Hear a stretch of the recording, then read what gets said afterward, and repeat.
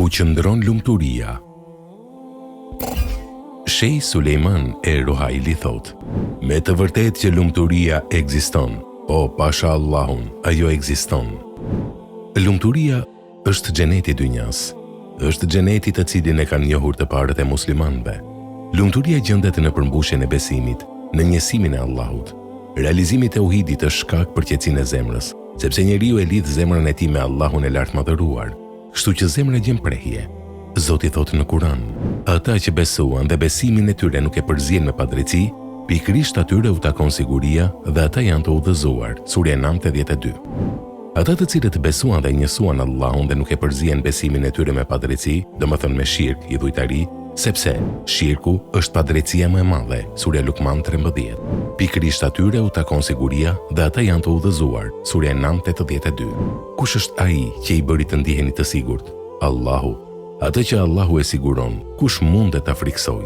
Zemra është e sigurt, e qetë, e rehatuar dhe e lumturuar me përmbushjen e tauhidit. Njeriu nuk mund të arrijë lumturinë vetëm se me tauhid. Lumturia gjendet në bërjen e veprave të mira bashkëngjitur me tauhidin e pastër dhe të kulluar. Zoti në një tjetër ajet kuranor thot: kush bën vepër të mirë, qoftë mashkull ose femër, e duke qenë besimtar, ne do t'i japim atij një jetë të mirë në këtë botë. Surja Nahl 97. Kush bën vepër të mirë dhe vepra e mirë është ajo në të cilën plotësohen dy kushte. 1. Sinqeriteti për Allahun, duke mos synuar me të veprën e mirë, dynjan, as syfaqësi dhe as famë. 2. Pasimi të dërguarit Allahut sallallahu alaihi wasallam, pra nuk përmban bidat. Kush bën vepër të mirë? A është kjo specifike vetëm për burrat? Jo, qoftë mashkull ose femër, por me kusht duke qenë besimtar, domethënë njësues. Ne do t'i japim atij një jetë të mirë në këtë botë. Allahu e ka bërë shpërblimin e saj që njeriu të jetojë një jetë të mirë në këtë botë. Atij që Allahu ja bën jetën të mirë, kush është ai që mund ta prish? Kush është ai që mund ta prish atë jetë që Allahu i lartmadhëruar e ka begatuar dhe e ka bërë të mirë? Lumturia gjendet tek devotshmëria ndaj Allahut. E kush i friksohet Allahut, atij Allahu i jep rrugë zgjidhje dhe e furnizon andej nga nuk e mendon. Ata që i friksohen Allahut kanë rrugdalje nga vështirësitë dhe ngushticat e jetës, siç thot Ibn Abbas radiallahu anhu. Ai ka rrugdalje nga çdo vështirësi në jetën e kësaj bote dhe në botën tjetër, dhe Allahu e furnizon, andaj nga ai nuk e mendon.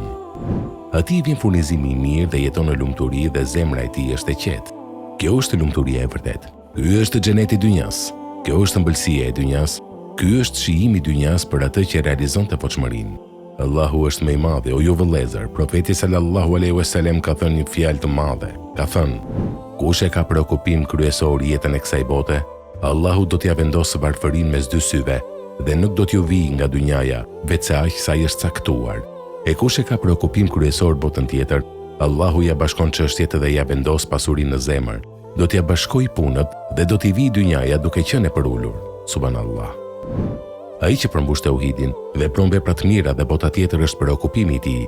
Allahu i lartësuar ja mbledh çështjet dhe zemra e tij është e qetë në dynja dhe pasurinë ja vendos në zemër. E ai është i pasur dhe i qetë, ndërsa dynjaja i vjen e përulur. Nuk i ndalohet dynjaja, sepse risku, furnizimi i është shkruar njeriu dhe nuk i paksohet dhe as shtohet, por se e përfshin atë begatia me bindje dhe mirësi. Lutim Zotin e gjithësisë të na jap lumturinë e kësaj bote dhe xhenetin në botën tjetër. Amin.